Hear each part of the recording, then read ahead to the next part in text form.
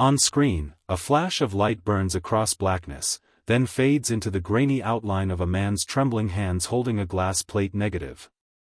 The image on it is ghost-like, a child's face, blurred by movement, wide-eyed with something between fear and defiance. The hands lower. We see the owner of those hands now, Ezekiel Hayes, mid-40s, foreman of Ravens Hollow, face furrowed by years of silence. His eyes reflect both skill and sorrow. He sits in the barn's loft, alone, light from a cracked lantern staining his skin amber. Around him, rough-hewn beams creak with wind, and the smell of old tobacco hangs heavy. The camera lingers on his face as he breathes slowly, like a man steadying himself for something far larger than he knows how to contain. A whisper rises from the dark, not spoken words, but the creak of floorboards below, the sound of a door settling. He freezes, instinctively sliding the glass plate into a burlap pouch and pushing it beneath Hay. For a moment, the barn is only shadow and heartbeat. Then another sound, laughter, distant but unmistakable. The laughter of Cornelius Holloway, master of the manor. It cuts through the night like glass dragged across stone. It is not joyous laughter, it is possession, the laughter of a man who believes the world is arranged for him and always will be. Hayes presses his hand against the beam, as if steadying the structure itself against that sound. The camera cuts, Cornelius inside the manor, glass of bourbon in hand, gathering his family in the parlor for one of his sessions. His wife Margaret sits pale and distant, fingers twitching toward a bottle she pretends not to see. Caroline, the eldest daughter, angles a mirror toward herself, adjusting a strand of hair in the firelight, her reflection multiplied into infinity. Thomas, the son, stands by the shelves of books, eyes sharp, conflicted, always watching but rarely speaking. Edwin, the youngest, sprawls across the arm of a chair, boots muddy, restless energy coiled into cruelty. Cornelius sets up his camera with a flourish, tripod legs clattering against the wooden floor. He gestures at them like an artist arranging models. Sit, he commands, as though his family were furniture. They obey, out of habit, fear, or fatigue, it's hard to tell. The flash ignites, bleaching the room into stark white. The image lingers on their faces, caught between obedience and resentment, before plunging back into shadow. Cut back to Hayes in the barn. His hands tremble, but not from fear. He has been here before, many nights, listening, watching. His own hidden camera sits beside him, patched together from scavenged parts. He touches it the way a priest might touch a relic. Voiceover, Hayes, measured, low, not yet confession, not yet manifesto, light don't lie. Men do. But when you fix light onto glass, it stays. It shows what a man is when his words fail him. The question is, what do you do with truth, once it's caught? He sets the lens, sharpens the focus, then lowers his eyes. Outside, cicadas swell in the night air, and the manor windows flare with intermittent bursts of light, the Holloways being immortalized once more. Hayes doesn't need to see the images to know what they are. He has seen enough to understand, Cornelius is not just preserving his family. He is building a gallery of dominance, image by image, a catalogue no court would ever touch. Hayes exhales. The lantern flame trembles with him. He whispers a prayer, or maybe it's only a promise, someday, he'll stand where they stand. Someday, the light will turn back on him. The frame widens, Ravens Hollow sprawled against the Tennessee night, manor glowing at the crest, barn crouched in shadow below. From the hill, the laughter continues, stitched with camera clicks like a drumbeat of control. In the foreground, Hayes watches, silent sentinel, already holding the tools that will one day turn that laughter into silence. The last shot, a close-up of Hayes's eye, reflecting a tiny inverted image of the Holloway Manor windows. Inside that reflection, a brief, ghostly shimmer of light, the suggestion of a camera's flash. Then darkness. Morning broke not with sunlight but with the iron weight of humidity. Ravens Hollow stirred like a body reluctant to wake. The fields steamed, tobacco leaves sagged with dew, and the smell of wet earth pressed into the lungs. Ezekiel Hayes stood at the edge of the rows, ledger tucked beneath one arm, surveying the day's work. To anyone watching, he was what he had always been, the steady foreman, reliable, unreadable. But beneath that practiced mask, something sharper worked. He opened the ledger and ran his finger down columns of figures, seed allotments, yield estimates, debts. On the opposite page, however, in faint pencil marks invisible to casual eyes, he had drawn something else, diagrams of light. The manor's windows sketched like squares, arrows marking where the sun struck at dawn, where it disappeared by dusk. He logged shadows the way others logged crops. At the bottom margin, a phrase repeated, "Light don't lie." A voice startled him. "Mr. Hayes," whispered Sarah, one of the house servants, glancing around before approaching. Her apron was stained with ash, eyes red-rimmed from lack of sleep. She carried something wrapped in cloth. When she unrolled it, Hayes's chest tightened, a cracked mirror, one Cornelius had discarded. "He set Caroline with these again," she muttered. "Made her sit in every angle till she near fainted. Said a lady's beauty multiplies when seen from all sides. She hates it, but she don't say no." Hayes studied the mirror, its surface fractured, light scattering into broken rays. He could almost see Caroline's reflection trapped there, infinite and weary. He folded the cloth back around it, voice low. "You did right bringin' this." Sarah's lips trembled. "Mr. Hayes, you keepin' track, ain't you? Not just in that book." He met her eyes, the calm of his expression a veil over the storm within. "Some things best kept quiet till the time's right."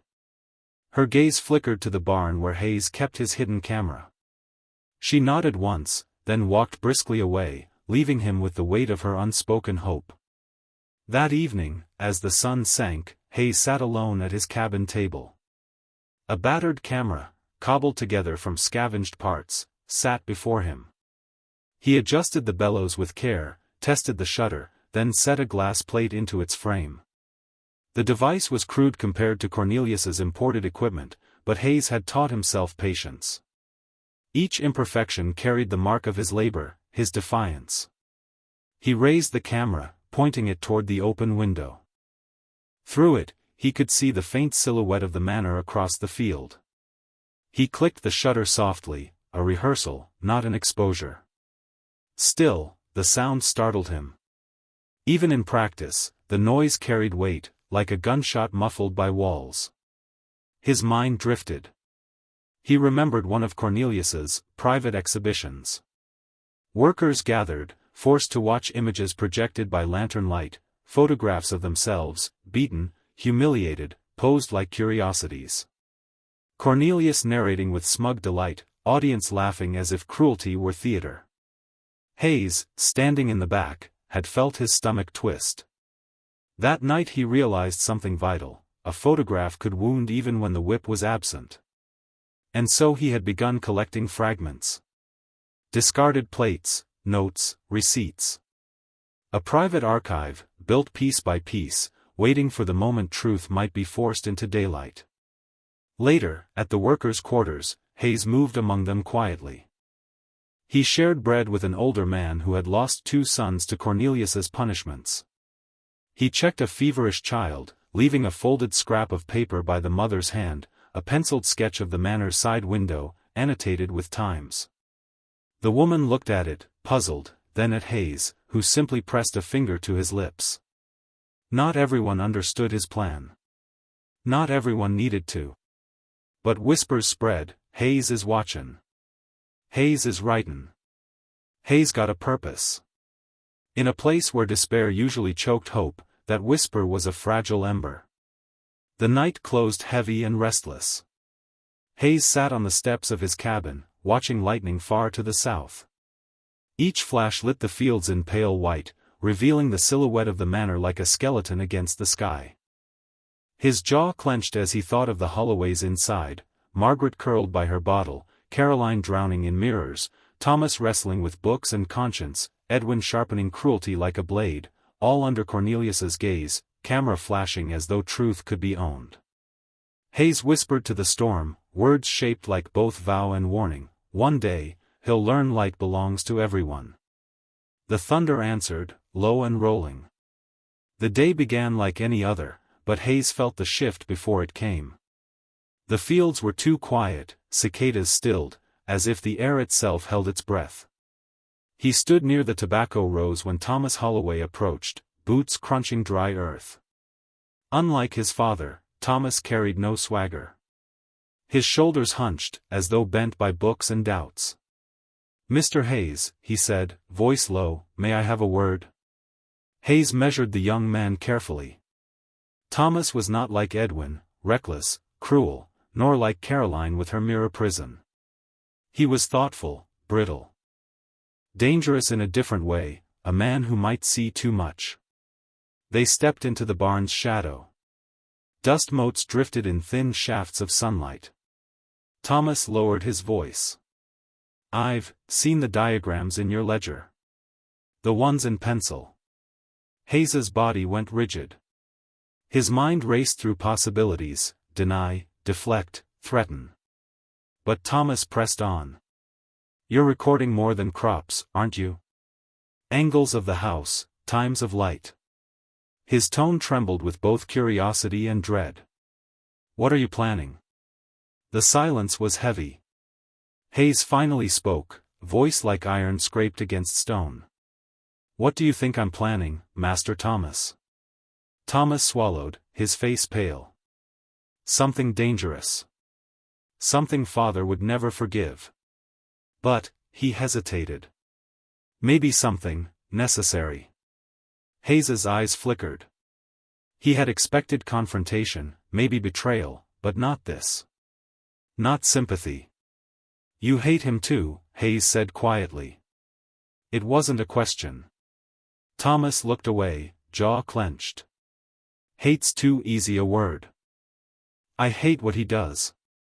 I hate what he makes us all become. But he's still my father." His voice cracked. "And blood don't unmake itself." A storm rumbled in the distance.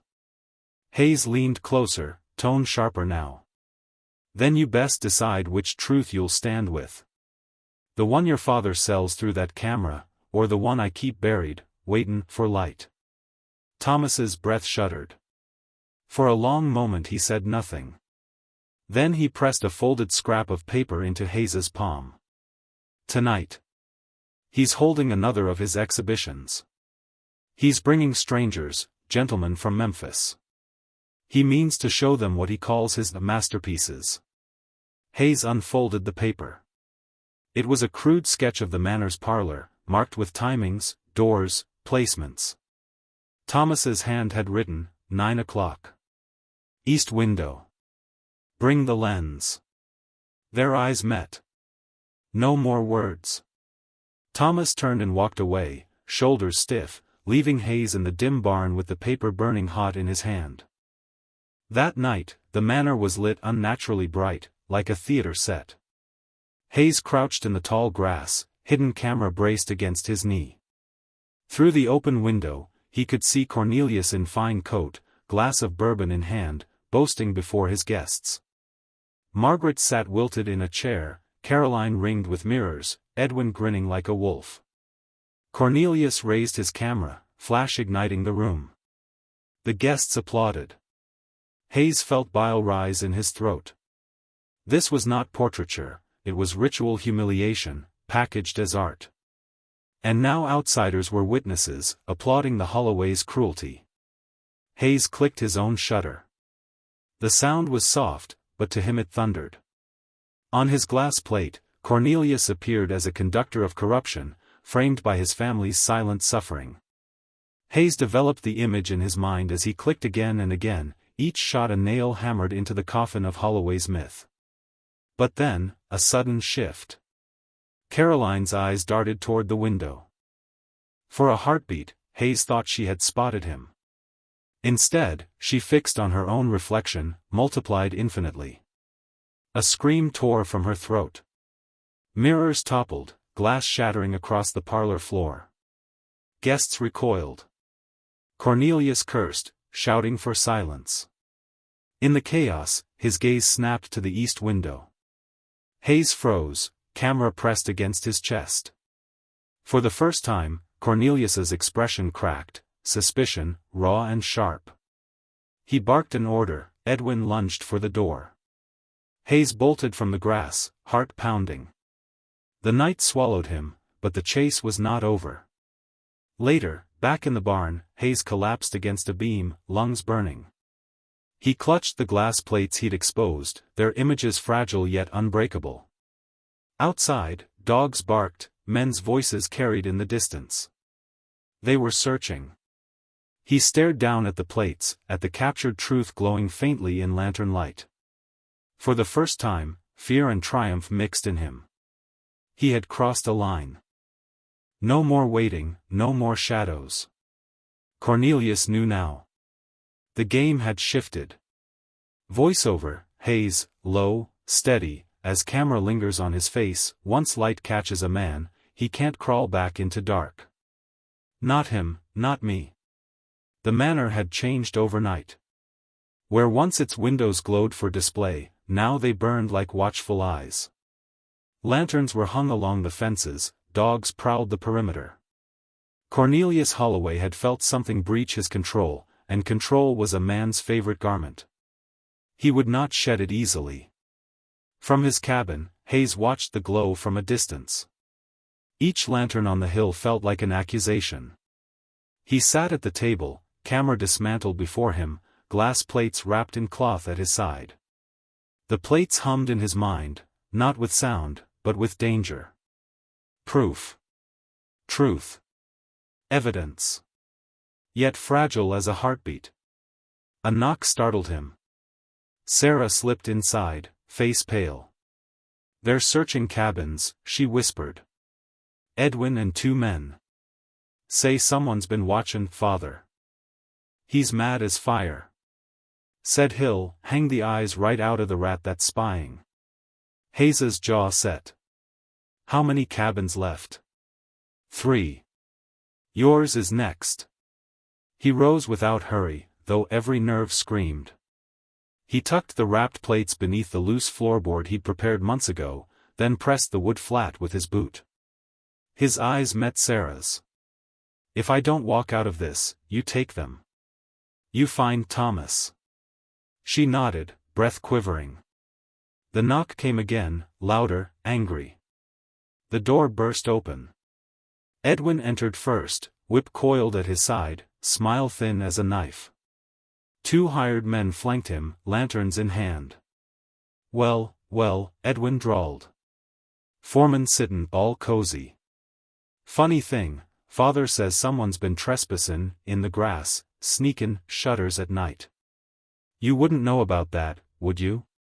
Hayes didn't blink. "I mind the fields. That's all." Edwin prowled closer, eyes glittering. He glanced at the dismantled camera on the table. Strange hobby for a man who's supposed to count seeds. "You fixin' to take portraits?" Hayes's heart thudded, but his face was stone. "Picked that up long ago. Practice helps with inventory. Keeps record straight." Edwin leaned closer, sneer widening. "Maybe we oughta search. Maybe father will enjoy seein' what you've been collectin'. He signaled the men. They began rifling through corners, lifting blankets, prying at cracks. The room shrank around Hayes. He kept his gaze steady, but inside his mind churned. If they lifted the right board, it was over. At that moment, Thomas appeared at the doorway. His presence was sharp, unexpected. "Enough," he snapped. His voice wavered but held authority. "Father didn't authorize you to ransack the foreman's cabin. You want order here, you come through me." Edwin turned, laughter rising in disbelief. "Through you? Don't puff your chest, brother. Father gives the word, not you." Thomas stepped inside, eyes locked on Hayes just long enough to signal, "I've bought you time." Then louder, You'll answer to him if you destroy property without cause. The men hesitated, uncertain. Edwin spat but withdrew, muttering threats. As they left, he pointed a finger at Hayes. I'll be back. You can't hide forever. Silence pressed thick once they were gone. Thomas's shoulders sagged. He shut the door, voice lowered. You need to be careful. He won't stop. Father smells blood. Hayes exhaled, finally. Then we finish this before he tightens the leash. Thomas's face paled. Finish this? Hayes, you talk as if, he broke off, trembling. If you push further, you'll bring ruin. On you, on us. Hayes looked down at his hands, scarred and strong. Ruin's already here. Only question is who writes it down. That night, Hayes walked alone to the barn. Moonlight silvered the rafters. He set up his patched camera, hands steady now, as if the near exposure had burned hesitation out of him. He rehearsed the motions, plate, shutter, flash, like a man practicing the rhythm of a duel. Voiceover, Hayes, every story ends in two ways. Either a man hides from the truth, or he lets the truth bury him. My time for hiding is over. He pulled the shutter. The click echoed in the hollow barn like a gunshot, like a countdown. The storm broke just before midnight. Rain slashed across Raven's Hollow, lightning splintering the sky into jagged bones. Inside the manor, the Holloways were gathered not by choice but by command. Cornelius had dragged them all into the parlor, fury smoking off him like a furnace.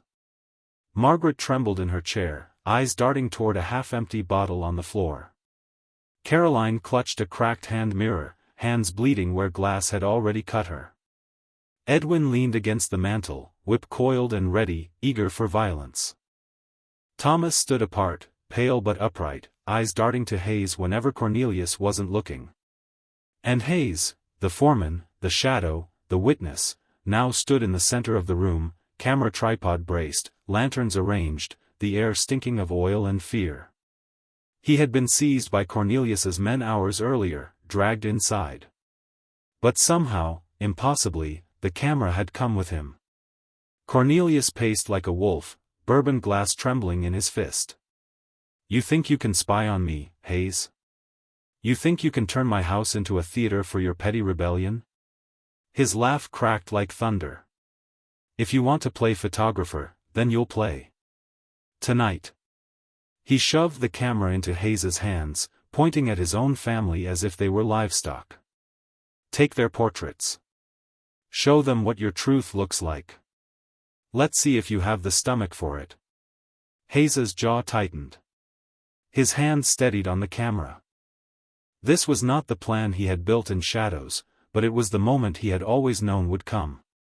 The reversal was here, not by his timing, but by the storms. He adjusted the lens, voice low, steady. No, sir. Not me. You. Cornelius froze. Lightning flared, catching Hayes's eyes like steel. Hayes stepped closer, placing the camera into Cornelius's shaking hands. You made us subjects. You sold our pain for profit. Now you'll point this glass at your own, and the light will tell what words never could. The silence cracked as Edwin lunged, whip raised. Thomas intercepted, grappling his brother, shouting over the rain. Caroline sobbed, Margaret shrieked. In the chaos, Hayes leveled his gaze at Cornelius. Take the picture. Or I swear this truth dies with us all. Cornelius's hand trembled on the shutter. His arrogance, his pride, his artist's vanity all tangled with terror. Slowly, almost reverently, he raised the camera. The first flash seared the parlor white. Margaret collapsed back in her chair, eyes closed, bottle tipped across the floorboards. A second flash, Caroline framed by her broken mirror, reflection splintered into 100 screaming mouths. Third flash, Edwin pinned by Thomas, whip fallen, teeth bared like a cornered beast. With each exposure, Cornelius sagged, as though the weight of light itself was crushing him. He had spent years bending the lens to his will, but now it turned on him, commanding, unrelenting. He looked at Hayes, tears cutting through sweat on his face. Why are you making me do this?" His voice cracked into something Hayes had never heard, pleading. Hayes stepped close, the storm roaring beyond the windows. "Because truth don't bow to men like you. It don't hide. Tonight it stands in your hands, and it will outlive you." Cornelius's last flash burned the room in silence. Then came the final reversal. Hayes pried the camera from him, turned it toward its wielder. For the first time, Cornelius Holloway was not behind the lens but in front of it, subject, not master. Hayes set the frame, hands unshaking. "Now the world will see you as you are." Click. The shutter's echo was louder than thunder. Cornelius staggered, as if the sound itself had struck him. Around him, his family lay in various ruins of despair, his children fractured, his wife undone, his legacy bleeding out in light. Hayes lowered the camera. For a moment, the parlor was only the hiss of rain, the smell of smoke from lantern wicks. Thomas stood trembling, staring at Hayes with eyes both horrified and grateful. Margaret whispered a broken prayer. Caroline clutched her mirror shards. Edwin spat curses from the floor. And Cornelius, stripped of power, shivering with bourbon and terror, sank into his chair, staring at his own hands as if they belonged to a stranger. Hayes lifted the plates from the camera, wrapping them carefully. His voice, quiet, cut through the storm. "Light don't lie. And now it has spoken." He turned toward the door. Behind him, the Holloways were silent, frozen like figures in a gallery no one wished to visit. The storm swallowed the manor whole, lightning flickering across its face like the flash of a shutter. Morning came gray and swollen with mist. The storm had spent itself, leaving Raven's Hollow hushed as a churchyard. The manor windows were dark now, their lanterns drowned, their laughter gone. Hayes walked down the muddy path alone, boots heavy with water and silence. In his satchel, wrapped in oilcloth, the glass plates clinked softly, fragile as eggs, heavy as confession. Every step seemed louder than the dawn itself, as though the earth wanted to bear witness to his leaving. He paused at the edge of the fields. The tobacco rose gleamed wet, bending beneath the storm's hand. For years he had measured those rows, counted, tallied, hidden truths in margins. Now the ledger was closed. What remained was light, etched into glass, beyond erasure. Behind him, the manor loomed against the fog. He did not look back. Some houses rot not from weather, but from within, and Raven's Hollow had already begun its collapse. At the riverbank, Thomas was waiting. His coat was soaked through, his face hollowed by the night. When Hayes approached, Thomas spoke in a voice frayed by disbelief. "Will anyone ever understand what we did?" Hayes set the satchel down gently, as though placing a child into the world. "Understandin' ain't the point. Seein' is." Thomas's eyes flicked to the wrapped plates, then back to Hayes. "But once they see, what then? Justice, or another kind of cruelty?"